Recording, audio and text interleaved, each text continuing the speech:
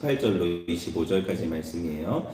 이에 사무엘이 여호와께 아뢰매 여호와께서 그날에 우레와 비를 보내시니 모든 백성이 여호와와 사무엘을 크게 두려워하니라. 모든 백성이 사무엘에게 이르되 당신의 종들을 위하여 당신의 하나님 여호와께 기도하여 우리가 죽지 않게 하소서. 우리가 우리의 모든 죄 왕을 구하는 악을 더하였나이다. 사무엘이 백성에게 이르되 두려워하지 말라. 너희가 과연 이 모든 악을 행하였으나 여호와를 따르는 데에서 돌아서지 말고 오직 너희의 마음을 다하여 여호와를 섬기라. 돌아서서 유익하게도 못하며 구원하지도 못하는 헛된 것을 따르지 말라. 그들은 헛되니라. 여호와께서 너희를 자기 백성으로 삼으신 것을 기뻐하셨으므로 여호와께서는 그의 크신 이름을 위해서라도 자기 백성을 버리지 아니하실 것이요 나는 너희를 위하여 기도하기를 쉬는 죄를 여호와 앞에 결단코 범하지 아니하고 선하고 의로운 길을 너희에게 가르칠 것인즉 너희는 여호와께서 너희를 위하여 행하신 그 큰 일을 생각하여 오직 그를 경외하며 너희의 마음을 다하여 진실히 섬기라.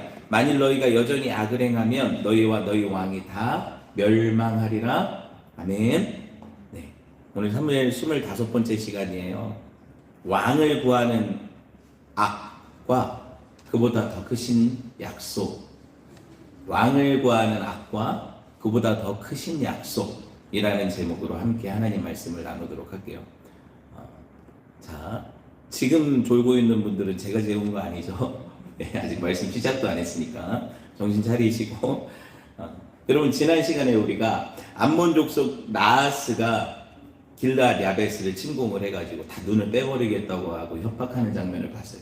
그때 하나님이 역사의 전면에 누구를 데뷔시키세요? 사울이라는 한 젊은이를 이스라엘의 왕으로 각인시키시는 사건으로 그 일을 사용하신단 말이에요. 여러분 그때 제가 이스라엘의 왕이 되는 가장 중요한 자질이 뭐라고 했어요? 이스라엘이 왕이 될 수 있는 조건이 뭐라고 했어요? 이스라엘을 구원하는 자, 그렇죠? 이스라엘 백성을 구원하는 자가 이스라엘의 왕의 자질이라고 했죠. 그래서 하나님께서는 사실은 변변한 지지층조차 없고 대단한 가문도 아니었던 이스라엘 전체로 보면 별 볼 일 없었던 사람 사울을 왕으로 세우시기 위해 암몬 족속 나하스의 공격을 사용하신 거예요. 그러니까 하나님이 어떤 사람들을 하나님 당신의 역사의 전면을 이용하실 때 하나님이 죄도 사용하시고 하나님이 대적들도 사용하신단 말이에요. 하나님이 전능하시다는 거죠. 하나님이 전능하시다는 거예요. 그런 그들의 침략 야욕을 통해서 사울이 그거를 저지함으로써 이스라엘의 구원자가 되게 하시잖아요. 이런 일을 하신다니까요. 여러분 사울이 비밀리에 기름 부음 받았어요. 이거 아무도 못 봤어요. 사울하고 사무엘만 알았죠. 그런데 이제 그거를 하나님이 공식화한 게 그 미스바에서 제비 뽑는 사건이었단 말이에요. 그런데 그걸로도 사울이 저 사람이 어떻게 우리를 구원하겠냐 이런 소리 듣게 하신단 말이에요. 그때 그가 실제적으로 이스라엘의 구원자로서 하나님이 택하셨다는 증거가 뭐예요? 이스라엘을 암몬 자손의 그 전쟁에서 승리해서 구원케 한 사건이란 말이에요. 입을 닫게 하셨단 말이에요. 하나님이 어떤 일을 하실 때는 하나님께서 스스로 당신의 손을 나타내셔서 하나님의 하신 일을 정당화하신단 말이에요. 사람들의 입을 닫게 하신단 말이에요. 그쵸? 여러분 한번 보세요. 사무엘상 11장 12절 13절 봅시다. 시작. 백성이 사무엘에게 이르되 사울이 어찌 우리를 다스리겠느냐 한 자가 누구니이까 그들을 끌어내소서 우리가 죽이겠나이다. 사울이 이르되 이날에는 사람을 죽이지 못하리니 여호와께서 오늘 이스라엘 중에서 구원을 베푸셨음이니라. 저번에 이 얘기할 때는 제비뽑기 하고 나서 사람들이 이 얘기할 때는 한 말도 안 하더니 지금 지지층이 확고히 생겼죠. 지금 사울 빠들이 생겼단 말이에요. 사울이 승리를 하고 나서. 그러니까 이 오빠 부대가 뭘 해요? 저번에 사울이 우리 다스릴 수 있겠냐고 했던 그놈들 다 잡아서 우리가 죽여버려야겠다 이렇게 얘기를 하잖아요. 잘 된 거예요? 잘못된 거예요? 아주 못된 거죠 사실 이게. 안 그래요? 당연하게도 사울의 지지층이 생겼고 이전에 모욕했던 사람들은 사실 지지파가 아니라 뭐예요? 반대파잖아요. 반대파를 숙청하자는 얘기죠. 이게 우리나라도 그렇고 전 세계 역사를 보면 비일비재하게 어떤 자들이 권력을 잡을 때 그 주변에 붙은 사람들이 그 이전의 권력자들을 어떻게 해요? 다 숙청하고 모함해서 감옥 보내고 이런 일들이 우리나라만 봐도 계속 일어나는 돌고 도는 역사잖아요. 이게 끊어내야 되는데 이게 안 되잖아요. 근데 어떤 때 이게 끊어질까요? 순전하게 이것이 하나님 하신 일이라는 인정이 되고 하나님께서 이 구원 역사의 주인공이 되시면 사람이 한 일이 아니기 때문에 그 사람을 높이거나 낮추는 게 별로 의미가 없다는 거예요. 사울이 뭐라고 고백을 해요? 사울이 이때는 정신이 똑바로 바뀌었을 때예요. 이 일을 행하신 분이 누구라고 얘기를 해요? 하나님이 구원하셨다고 얘기를 하는 거예요. 사울이. 야, 내가 이렇게 반대자들이 나를 우습게 봤지만 내가 이렇게 능력 있는 왕이야 이렇게 얘기하는 게 아니라 이거 다 하나님이 하신 건데 내가 어떻게 하나님을 대신하겠냐, 이거 아닙니까? 하나님이 구원하신 건데 내가 언제 그 일을 했다고 나를 반대한다고 해서 저 사람들 감옥 보내고 숙청하겠냐, 그거 하나님 기뻐하시는 일이 아니다. 여호와께서 오늘 이스라엘 중에 구원을 베푸셨다, 이게 왕의 고백이 맞죠. 그 이스라엘의 왕의 고백은 이래야 되는 거예요. 이때까지 사울은요, 제가 볼 때 참 괜찮은 사람이에요. 여기까지는 정말 괜찮은 사람이었던 것 같아요. 사람들이 어떤 큰 공적을 세우면 우쭐하잖아요. 그냥 내가 한 것처럼 자랑하고 싶잖아요. 숟가락 얹었어도 그 일에 대해서 내가 어떤 지분을 갖는 것처럼 되게 말하고 싶잖아요. 근데 사울은 어때요? 이때만 해도 하나님이 하신 일이라고. 절대로 내가 한 게 아니니까 나를 그 사람들이 욕했든 뭐하든 그 사람들 신경 쓰지 마라, 이런 얘기를 하죠. 얼마나 이러고 나니까 오히려 야, 이게 사울이 그 반대하는 사람들한테 힘도 못 쓰네 이러는 게 아니라 어때요? 국민적으로 존경받게 되는 거 아니에요? 겸손하니까 더 존경받는 거잖아요. 그리고 공개적으로 이제 사울을 비방하던 사람들이 계속 있겠어요? 점점 없어지겠죠. 점점 사울이 공교해지니까.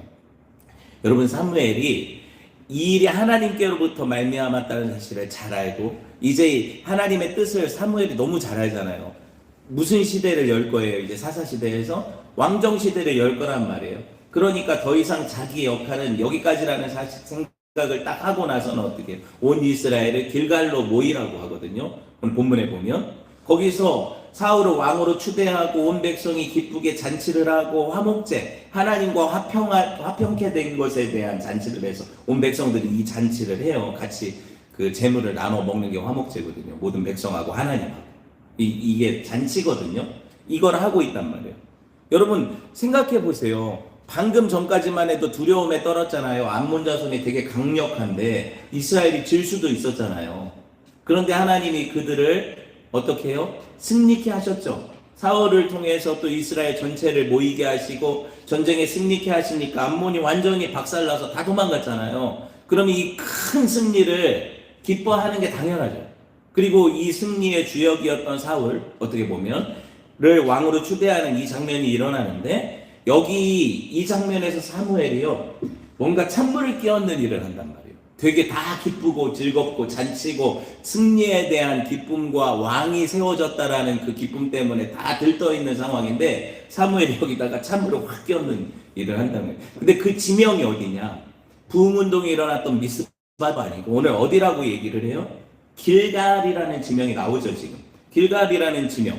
길갈하면 떠오르는 사건이 뭡니까? 여러분, 길갈하면 떠오르는 사건이 뭐예요? 대답해 보세요. 네, 이스라엘이 할례를 행한 사건이 있잖아요. 길갈에서. 길갈이 어떤 지역인데요? 요단강을 요단 동편에서 요단 서편으로 건너면 처음 맞닥뜨리는 평지가 길갈이에요. 거기 여리고성하고 가까운 지역이에요. 처음 전쟁했던 여리고성하고 가까운 지역이에요. 여러분, 여리고성 앞에 길갈로 건너가기 전에 이스라엘 백성들이 요단 지금 동편에 있단 말이에요. 요단 동편에서 왜 못 건너가고 있었어요? 그들을 가로막은 게 뭐였어요? 요단강이라는, 당시에 모맥을 거두는 시기에는 요단이 항상 넘쳤대. 요단강이 범람하던 시기니까 엄청나게 물살이 세고 깊으니까 이스라엘 백성들이 건널 수가 없잖아요. 그런데 어떻게 하셨어요? 하나님께서 제사장들이 언약궤를 메고 발을 한번 딱 밟으니까 요단이 쫙 갈라지는데 얼마나 갈라졌냐면요, 20km 이상 갈라졌어요. 그 지명이 나오거든요. 어디서부터 어디까지 갈라졌다고? 그 지명을 길이를 재보면 20km 이상을 갈라버리신 거예요. 그럼 어떤 사건이 떠올라요? 물을 가른 사건이 또 하나 있었잖아요. 어떤 사건이 떠올라요? 홍해 사건이 떠오르잖아요. 홍해 사건. 그러니까 제2의 출애굽이고 제2의 홍해 도하 사건이에요. 근데 왜 이 여호수아 세대 사람들에게 다시 한번 강을 가르는 사건으로 여호와의 구원을 보여주십니까? 네, 이 사람들은요, 출애굽 2세대죠. 이들이 뭘 경험 못했어요? 홍해를 경험 못했단 말이에요. 홍해를 경험 못했단 말이에요. 부모 세대가 경험한 것. 딱 2명만 경험했잖아요. 홍해를. 누구? 여호수아하고 갈렙. 그러니까 나머지 사람들에게 하나님의 구원을 하나님 다시 보여주시죠. 이게 하나님이 너희를 위해 하신 일이라고 강한 손을 보여주시잖아요. 건너온 여리고성. 여리고성이 어떤 성이었어요? 당시에 그 성벽 내벽과 외벽이 한 5m쯤 되는, 지금 뭐 고고학적으로 발견된 그 지역만 봐도 엄청나게 튼튼한 당시 난공불락의 성이었어요. 그런데 이 성을 이스라엘이 어떻게 이겨요? 하나님의 은혜로 순전히 아무것도 안 하고 벽돌 한 장 안 빼고 이기잖아요. 그렇죠? 그런데 그 성의 첫 여리고 관문인 가나안 땅의 첫 관문인 여리고성 전투에 앞서 하나님이 이스라엘에게 명하신 게 뭐예요? 바로 이 길갈에서 남자들, 전투할 수 있는 모든 군인들은 뭘 해라? 할례를 행해라. 포경수술을 받아라. 당시에 마취제도 제대로 없는 상태에서 이 일을 하라는 건 뭐예요? 이스라엘의 군사력을 완전히 하나님이 제로로 만들어 버리시겠다. 싸움할 수 없게 만들어 버리시겠다는 거잖아요. 적군 앞에서. 첫 큰 전쟁 앞에서. 그렇죠? 여호수아후서 5장 9절 봅시다. 같이 볼게요. 시작. 여호와께서 여호수아에게 이르시되 내가 오늘 애굽의 수치를 너희에게서 떠나가게 하였다 하셨으므로 그곳 이름을 오늘까지 길갈이라 하느니라. 여러분, 애굽의 수치가 뭡니까? 그들이 마땅히 섬겨야 될 누구를 못 섬겨요? 하나님을 못 섬기고 누구를 섬겨요? 세상 신인 파라오를 섬기죠. 바로를 섬기는 게 애굽의 수치잖아요. 죄의 종로로 타던 게 애굽의 수치잖아요. 그런데 다시 하나님의 백성으로 언약 관계로 들어와서 하나님만 섬기는 백성으로 만드는 게 길갈이에요. 할례가 뭐예요? 하나님의 언약 백성의 표시죠. 가능성 없는 인생들에게 하나님이 새 생명을 주셨다는 게 할례예요. 아브라함이 왜 할례를 아들한테 행했어요? 아브라함이 100세에 이삭을 낳았잖아요. 사라의 경수가 끊겨진 상태에서. 이게 무슨 의미예요? 사람으로서는 가능성이 없는데 하나님으로서는 하실 수 있다는 거잖아요. 이 생명의 언약이 할례 언약이에요. 그래서 이스라엘 백성들은 죽은 자 같은 인생들인데 그들을 살리신 분이 누구다? 하나님이시다. 이거를 몸의 징표로 가진 게 모든 이스라엘 남자들이 할례를 받는 거죠. 우리가 세례라고 하잖아요. 이 시대에는 내가 하나님의 백성으로 새 생명을 얻었습니다 하는 걸 증표로 받는 게 뭐예요? 교회에서 세례죠. 그러니까 할례 언약과 세례 언약은 같은 거죠. 이런 의미로 보시면 되는데, 그들이 하나님의 백성으로서 언약을 잊고 살 때 제일 중요한 건 언약의 회복이잖아요. 하나님 말씀 붙잡고 사는 백성으로 다시 만드시는 거잖아요. 정체성 회복이란 말이에요. 그 일을 한 곳이 어디다? 애굽의 수치를 굴러가게 한 길갈이라는 거예요. 그러니까 이 길갈이라는 지역에 오면 이스라엘은 뭘 생각해야 돼요? 하나님이 요단을 마른 땅까지 건너게 하신 사건과 거기서 요단강 바닥에서 돌 12개 취해와가지고 길갈에 세웠거든요. 그 돌을 보고 그 경험하지 못한 다음 세대 우리 자손들이 물어보면 이걸 뭐라고 설명해 줘야 돼요? 하나님이 요단을 마른 땅같이 건너게 하시고 그 가운데에서 우리가 취하여 온 돌로 이렇게 기념비를 세웠다. 이걸 볼 때마다 누구를 기억해라? 하나님의 구원을 기억해라. 이런 거거든요. 길갈이. 하나님이 어떤 일을 행하셨는지, 내가 전투력이 없고 전쟁을 못해도 전쟁은 누구에게 속한 것이다? 성도들의 모든 전쟁은 하나님께 속한 거예요. 이걸 보여주는 게 길갈이잖아요. 그리고 그 길갈에서의 할례는 내가 전투 불능 상태라도 온전히 하나님만 의지할 때 이스라엘은, 하나님의 백성들을 살 수 있다는, 전쟁에서 승리할 수 있다는 거죠. 그러니까 내가 가장 약할 때 누가 제일 강하세요? 하나님이 제일 강하신 거예요. 내 힘으로 하려고 할 때 안 되거든요, 이게. 근데 이걸 믿는 성도들이 두려움 없이 하나님을 의지해가는 과정이 길갈에서의 언약, 이 할례 의식이거든요. 적군이 위에서 화살을 겨누고 이스라엘 저것들 하는 짓 좀 봐라. 저것들 제일 아플 때 치면 다 죽여버릴 수 있겠네. 이럴 수 있잖아요. 왜냐면 이스라엘이 어떤 일을 했어요? 야곱 족속이 예전에 세겜 족속 할례받게 해가지고 죽인 사건이 고대 근동지방에 널리 그 가나안에서 퍼져 있는 얘기거든요. 근데 이제 지들이 자승자박이잖아요. 자기들이 죽으려고 저렇게 하네? 우리가 치면 되겠네? 지들도 그렇게 해서 이긴 적이 있으니까 라고 생각할 수 있는 거 아닙니까? 역사를 보면. 그렇죠? 그런데 그들은 그럼에도 불구하고 누구를 의지해요? 하나님을 의지하는 거예요. 너희는 두려워 말고 가만히 있어. 그가 하나님 되 말지어다. 이거 누가 한 말이에요? 예수전도단이? 아니잖아요. 이거 누가 한 말이냐고요. 모세가 뒤에서 바로 군대가 쫓아오고 양옆으로는 비하히롤과 믹돌이라는 큰 산맥이 있고 바로 그들 뒤에는 홍해가 넘칠 때는 딱 도간에 든 쥐의 형국에서 하나님이 구름 기둥과 불 기둥으로 뒤에 딱 돌리셔가지고 바로의 군대를 접근 못하게 하신 다음에 밤새도록 서풍을 불어서 뭘 말리세요? 홍해를 말리시죠. 그때 한 말이에요. 너희 가만히 있어. 아무것도 너네가 너희 구원을 위해서 할 게 있다 없다? 없다. 오늘날 하나님이 너희를 위해서 행하시는 이 큰 일을 보라 하고 하나님이 딱 갈라 놓으시니까 어떻게 해요? 그 홍해를 마른 땅처럼 건넌 것 아닙니까? 구원이 뭐예요? 내가 그분에게 숟가락 하나 더 얹을 수 있는 거예요? 그런 게 아니에요. 내가 그분의 구원에 어떤 나의 헌신을 들여서 도울 수 있는 거예요? 절대 그렇게 얘기하지 않아요, 성경은. 가만히 있는 거예요. 하나님의 하신 길을 보고 믿음으로 그 길을 걷는 건 내가 하는 거죠. 그 하나님 내신 길로 안 가는 건 뭐예요? 예수 그리스도라는 길이요 진리요 생명이신 그분을 거부하는 거잖아요. 근데 그 홍해길로 간다는 건 뭐예요? 그분과 함께 홍해에 수장되는 거죠. 십자가를 같이 지는 거죠. 그걸 믿음이라고 하는 거예요. 성도들은 이 믿음으로 구원받는 거예요. 구약이나 신약이나 똑같이 모든 성도들은 이렇게 구원받는 거예요. 그러니까 여러분, 이 길갈에서 나라를 새롭게 하자는 사무엘의 의도가 뭐겠어요? 너희가 요구한 왕을 봐라. 대단히 멋있어 보이지. 전쟁도 승리하고 대단히 너희들한테 그 부강한 그 권력과 너희들이 잘 먹고 잘 살게 할 왕처럼 보이지. 근데 이 사람이 하는 게 아니야. 길갈에서. 왜 길갈에서? 길갈에서 너희들의 힘으로 뭐 한 것 같이 지금 암몬도 너네들이 33만 명이 모여서 니네가 전쟁에서 이긴 것 같이. 이거 누가 하신 거다? 하나님이 하신 거다. 이걸 길갈에서 얘기하는 거예요.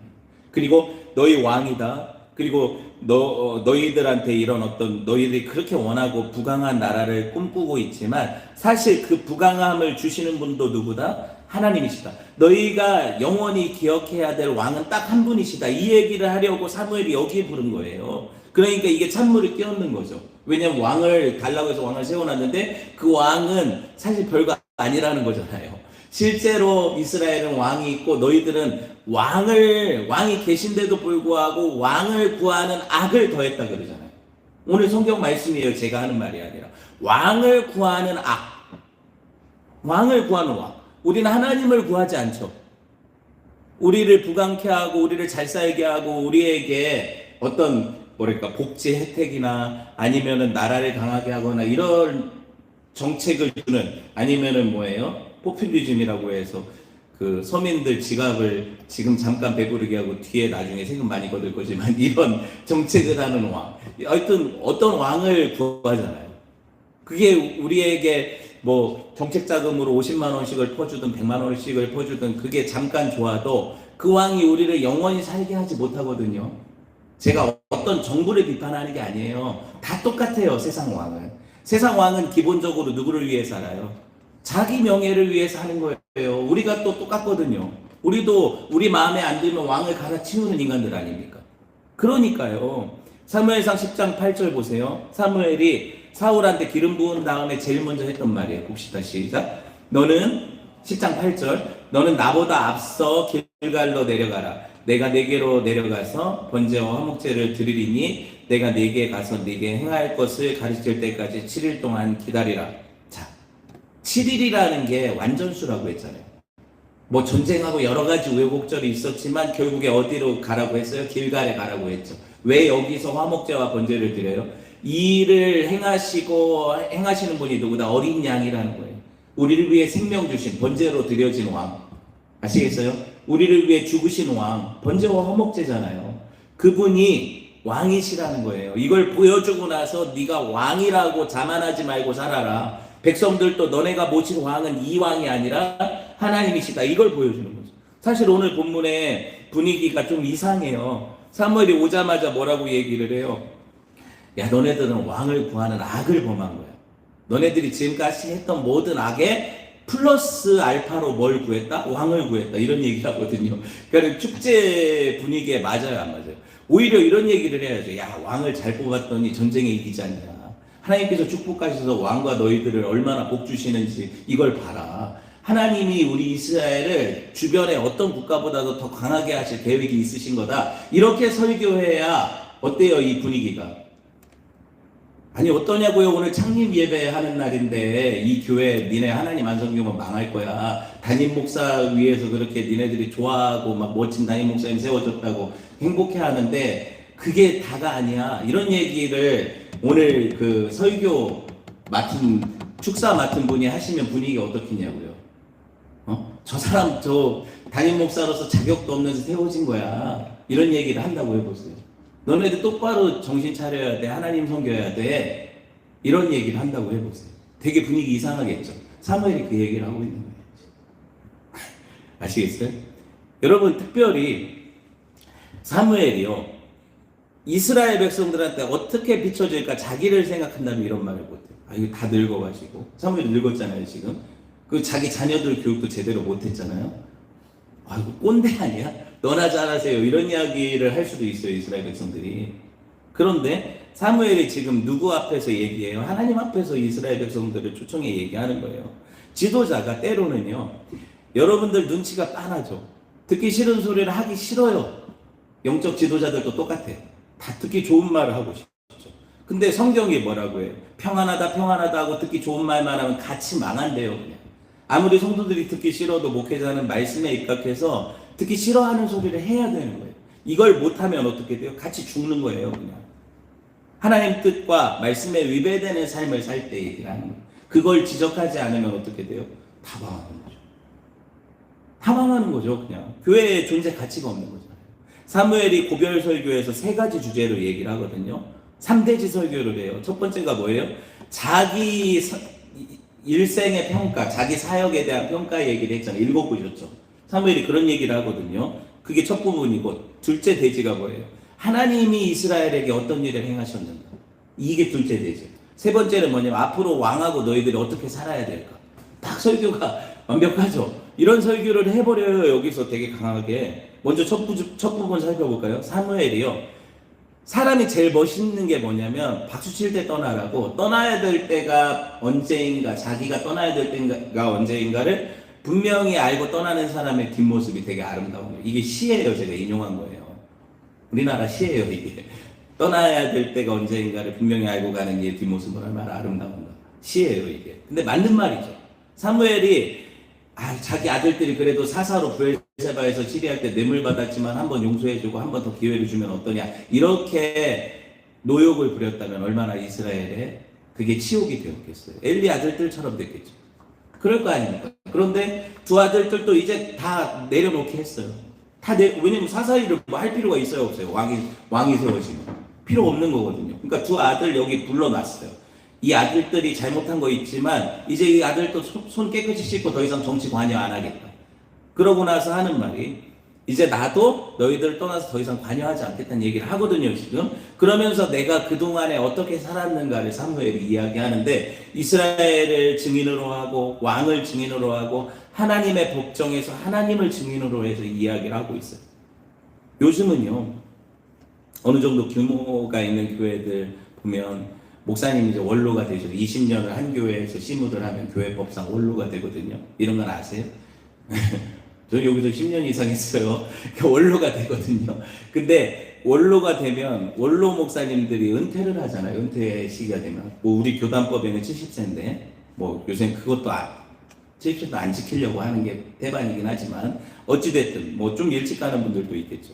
이 원로 목사님들이 안 나가려고 하는 경우가 되게 많잖아요. 왜 안 나가려고 해요? 그동안 내가 이 교회에 드린 공이 얼마인데, 내가 얼마나 수고해서 이만큼 읽어왔는데, 누가 했다는 거예요 이거 다? 내가 했다는 거잖아요. 그리고 내 아들들도 지금 이렇게 그 목회자 수업을 해가지고 신학교 보내서 이렇게 임지가 없어서 있는데 내 아들들 세우려고 하는 게 이게 얼마나, 여러분 수렴청정이라고 알죠? 수렴청정이라고. 이게 발 하나 가려놓고 뒤에서 꼭두각시 왕 세워놓고 이렇게 정치하는 게 수렴청정이잖아요. 우리나라에 이런 일이 많았거든요. 중국도 그렇고. 여러분 제일 문제는 뭐냐면 원로 목사님들이 교회를 떠나지 않고 뒤에서 담임 목사님들을 조정하니까 그 뭐 수많은 교회들이 이것 때문에 얼마나 골치가 아픕니까? 요새 같아서는 100세 시대니까 잘 안 돌아가시죠. 하나님이 불러가시지도 않는단 말이에요. 오랫동안 건강하게 있으니까.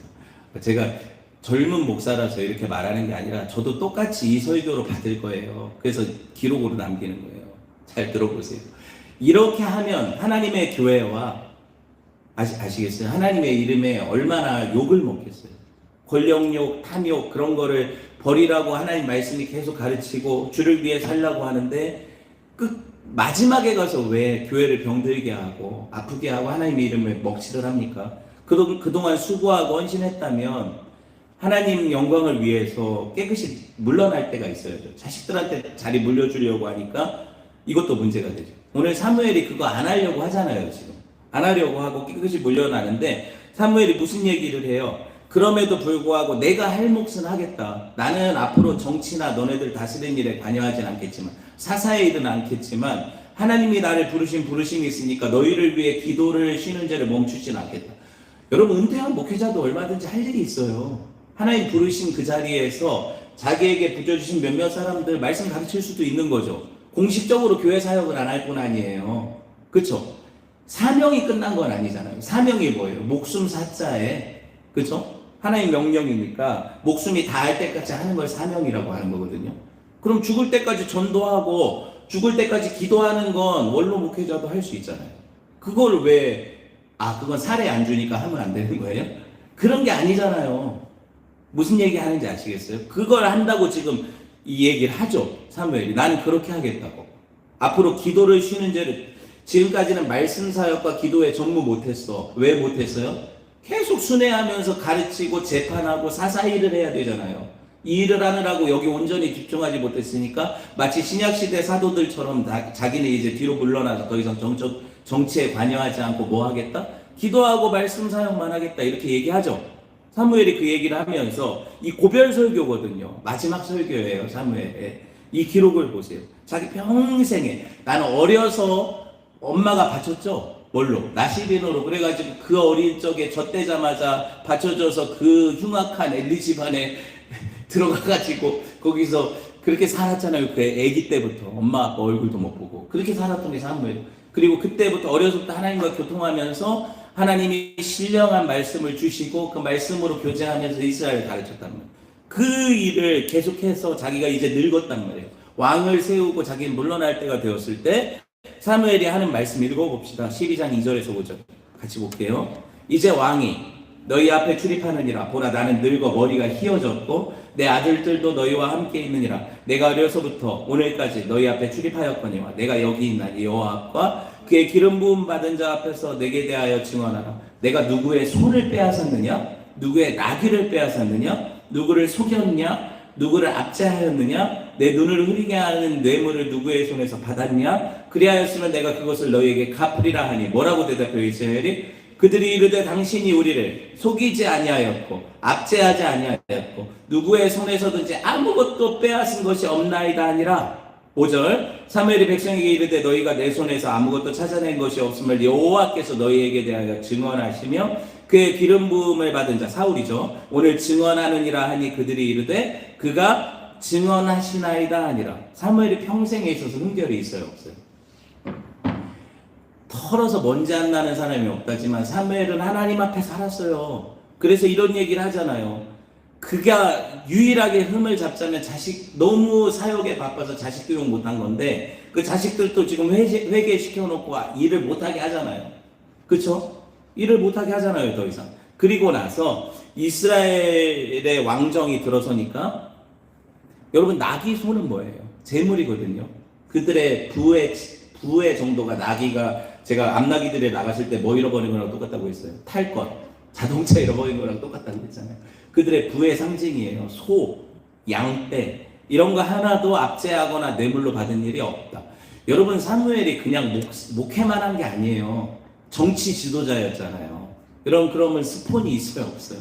이 정치를 하는데 내가 이렇게 이게 백성들을 섬기는데 돈이 좀 필요해 하면 줄 사람이 있을까요 없을까요? 사무엘 같은 이스라엘의 전체적인 지도자 당연히 많겠죠. 줄 서겠죠. 수많은 사람들이 돈 주려고 달려들 거려 사무엘한테 영향력을 끼치려고. 근데 사무엘이 어떻게 얘기를 해요? 난 누구한테 한 푼도 받은 적이 없다. 너희들이 증인이고 하나님 증인이시다. 이게 쉬운 고백이 아니라니까요. 여러분 왜 공직자들이 청문회를 두려워합니까? 인사청문회 왜 그렇게 수많은 사람들이 나는 뭐 장관 지명돼도 난 안 할 거야 하고 고사를 하는 사람도 있잖아요. 왜? 지킬 게 많거든. 숨길 게 많거든. 그렇잖아요. 늙어서 공적 사역을 마무리하면서도 사무엘은 티코 하나 없어요, 지금.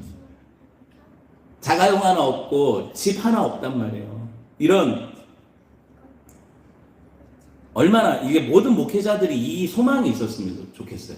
나중에 은퇴할 때 하나님과 성도들 앞에서 성도들이 증인이고 하나님 증인이시니까 이렇게 얘기할 때 성도들이 당신이 저번에 저한테 꾼 돈을 안 갚았습니다. 이런 얘기를 하는 게 아니라 목사님 우리한테 그런 걸 요구한 적도 없고 받아간 적도 없습니다. 이런 이야기를 듣는 게 목사들의 꿈 아니에요? 사실 그렇게 살면 얼마나 좋을까요? 그렇게 늙으면 얼마나 좋을까요? 여러분 기억하세요. 여러분들도 이제 다 나이 먹고 우리 아이들이 이제 자라고 나니까 나중에 그 아이들이 증인이 될 거란 말이에요.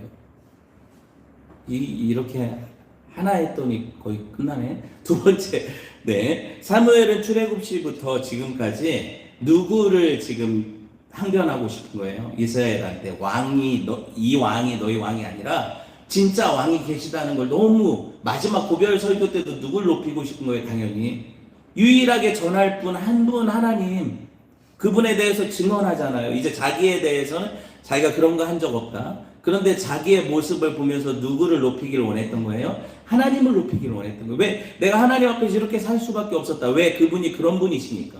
하나님이 그런 분이시니까 당신의 사역자들도 그렇게 살아야 되는 거예요. 하나님은 주시는 왕이라고 했죠. 세상 왕은 취하는 왕이라고 했죠. 여러분 사무엘은 이스라엘 백성들에게 담대히 하나님이 어떤 분이신지 하나님이 하신 일이 뭔지 얘기를 하잖아요. 오늘 그 설교를 가운데 이스라엘 민족의 출발점이 어디예요? 야곱 족속이 어디서 나왔어요?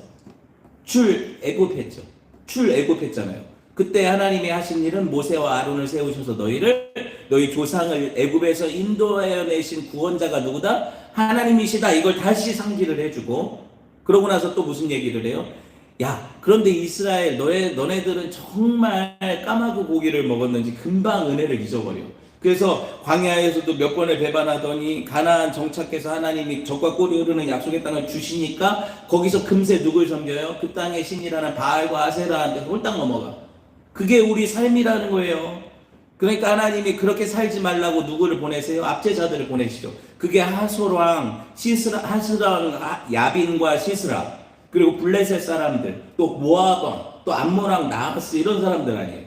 그때마다 하나님이 이스라엘이 또 뭐 잘한 것도 없는데 힘들다 하고 하나님 잘못했다고 하면 가짜 울음이죠. 악어 눈물. 그런데 하나님 이걸 속아주시죠. 그래서 또 누구를 보내세요? 사사기를 보면 사사들을 계속 보내시잖아요. 그래서 사사기는 은혜의 패턴이라고 했잖아요. 이스라엘은 범죄하지만 하나님 당신의 약속을 신실히 지키셔서 구원하시는 이야기라고 했잖아요. 그래서 그 패턴이 어떻게 해요? 이스라엘이 범죄하면 대적이 압제하고 또 부르짖으면 못 이기는 척 하나님 들으셔서 사사를 보내서 구원하시고 그럼 그들이 또 평안의 시기에 하나님이 있고 또 범죄하고 이게 계속되는 사이클인데 우리가 사사기에 백성들 욕하다 보니까 이게 누구 모습인 걸 발견했어요? 거울이어서 내 얘기인 걸 알았죠? 알았는데 또 까마귀 고기를 먹은 것처럼 사사기 지난 지 얼마나 됐다고? 또 이제 사무엘 하니까 다 잃어버렸단 말이에요. 여러분 늘 우리는요 나를 위해 싸워줄 우상숭배를 하다가 나를 위해 돈 벌어줄 우상숭배를 하다가 괴롭고 힘들고 그것이 나한테 올무가 될 때만 누굴 찾아요? 하나님 찾는 거예요. 그게 우리예요. 그런데 하나님 이걸 아실까요? 모르실까요? 저도 아는데 이 목회자인 저도 아는데 하나님이 모르실까요? 모르셔서 속아준다고 생각하면 오산이에요. 하나님 다 아시는데 하나님이 왜 그럼 속아주실까요? 하나님 당신의 신실하신 약속 때문에 그래요. 아브라함에게 하셨던 언약 때문에 그래요. 네 백성을 하늘의 별같이 바다의 모래같이 그리고 대적의 성문을 취하게 하시겠다. 그들에게 하나님 가나안 약속을 주시고 그 땅에서 영원히 살게 하시겠다. 이 약속 때문에 그래요. 아시겠어요? 여자의 후손으로 너희를 구원하겠다. 이 약속 때문에 하나님이 약속 지키시는 거지. 우리가 막 갑자기 회개해서 제 마음이 착하네. 쟤 또 저 정도면 그래도 다른 백성들하고 다르니까 구원해 줄까? 이렇게 마음이 변심하신 게 아니라 하나님 우리가 개떡같이 살아도 구원하신다니까요. 그런데 그렇게 살면 안 된다고 설교하는 게 목회자예요. 왜? 하나님 마음을 아는데 어떻게 그렇게 살아요? 하나님이 어떤 분이신지 아는데 뭐가 개떡같이 살아도 돼요. 막 그렇게 해도 구원하시는 걸 선포하니까 여러분이 그게 자유가 돼서 나는 그냥 죽을 때까지 죄 짓다가 하나님 마음 아프게 하겠다가 그래도 나는 예수님 믿으니까 구원 받았으니까 라고 생각하는 사람의 안에 어떻게 성령이 있다고 확신해요? 어떻게 그걸 확신할 수 있어요? 사무엘상 12장 9절에서 11절 봅시다. 같이 볼게요. 시작. 그들이 그들의 하나님 여호와를 잊은지라 여호와께서 그들을 하솔 군사령과 시스라의 손과 브레 사람들의 손과 모압 왕의 손에 넘기셨더니 그들이 저희를 치매 백성이 여호와께 부르짖어 이르되 여호와를 버리고 바알들과 아스타롯을 섬기로 범죄하였나이다. 그러하오나 이제 우리를 원수들의 손에서 건져내소서. 그리하면 우리가 주를 섬기겠나이다 하매 여호와께서 여룻바알과 베단과 입다와 나 사무엘을 보내서 너희를 사방 원수의 손에서 건져내사 너희에게 안전히 살게 하셨거늘. 앞으로 사실 설교를 뒷부분이 너무 많아서 그냥 여기 끊어야 될 것 같아요. 정리를 할게요. 다음 주에 더 보는 걸로 하고 정리를 할게요. 여러분, 하나님은요 우리의 됨됨이 때문에 우리를 구원하시지 않으신다니까요. 하나님은 당신의 신실하신 언약을 지키시기 때문에 구원하신다니까요. 이걸 착각하지 마세요.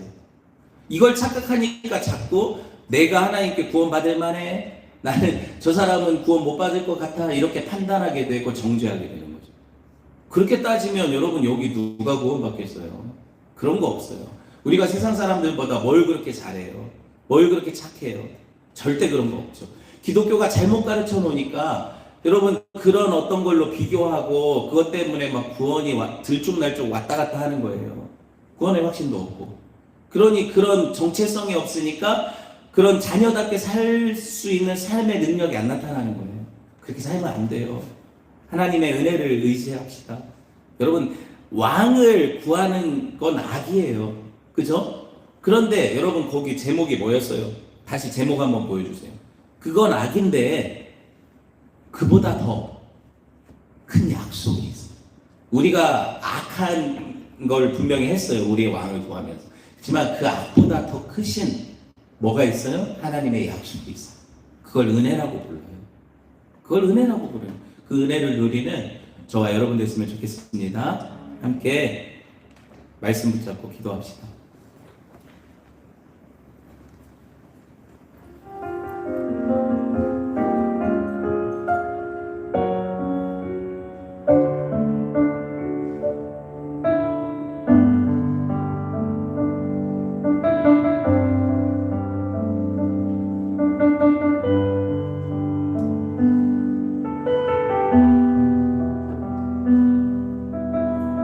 다 같이 일어나셔서 찬양합시다.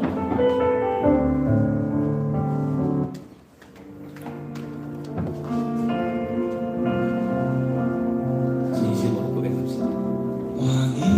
왕이신 나의 하나님, 내가 주를 높이고 영원히 주의 이름을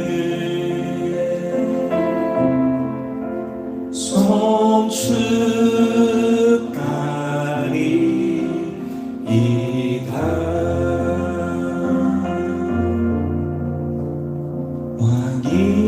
왕이신 나의 하나님,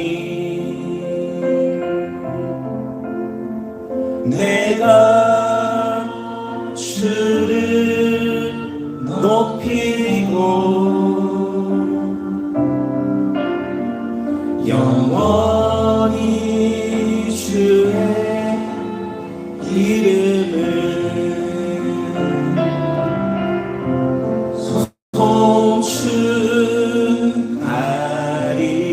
송축하리이다. 한 번 더 찬양하겠습니다. 왕이신 나의 하나님,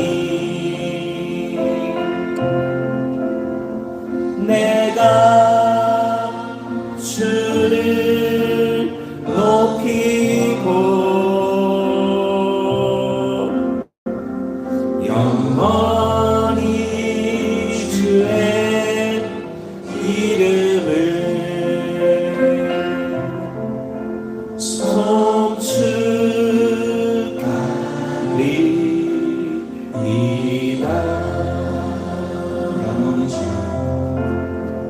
영원히 주의 이름을 송축하리이다.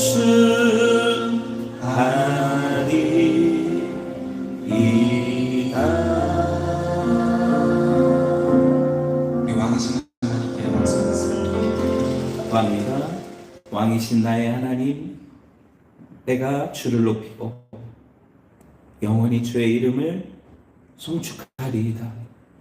이제는 우리의 왕이시며 우리의 구원자이신 주 예수 그리스도의 은혜와 하나님 아버지의 아들을 아끼지 않고 우리 모두를 위해 내어주신 그 넘치는 사랑하심과 성령의 감화 감동 내주교통 충만하심의 역사가 우리가 하나님 대신 다른 왕을 구하는 악을 범하였음에도 불구하고 그보다 더 크신 하나님의 약속이 있기에 우리를 여전히 사랑하시고 살리시기로 또 돌아오시는 우리에게로 구원하시는 그 하나님을 바라며 나가는 성도들 위해 교회 위해 이제로부터 영원토록 함께 계실지어다.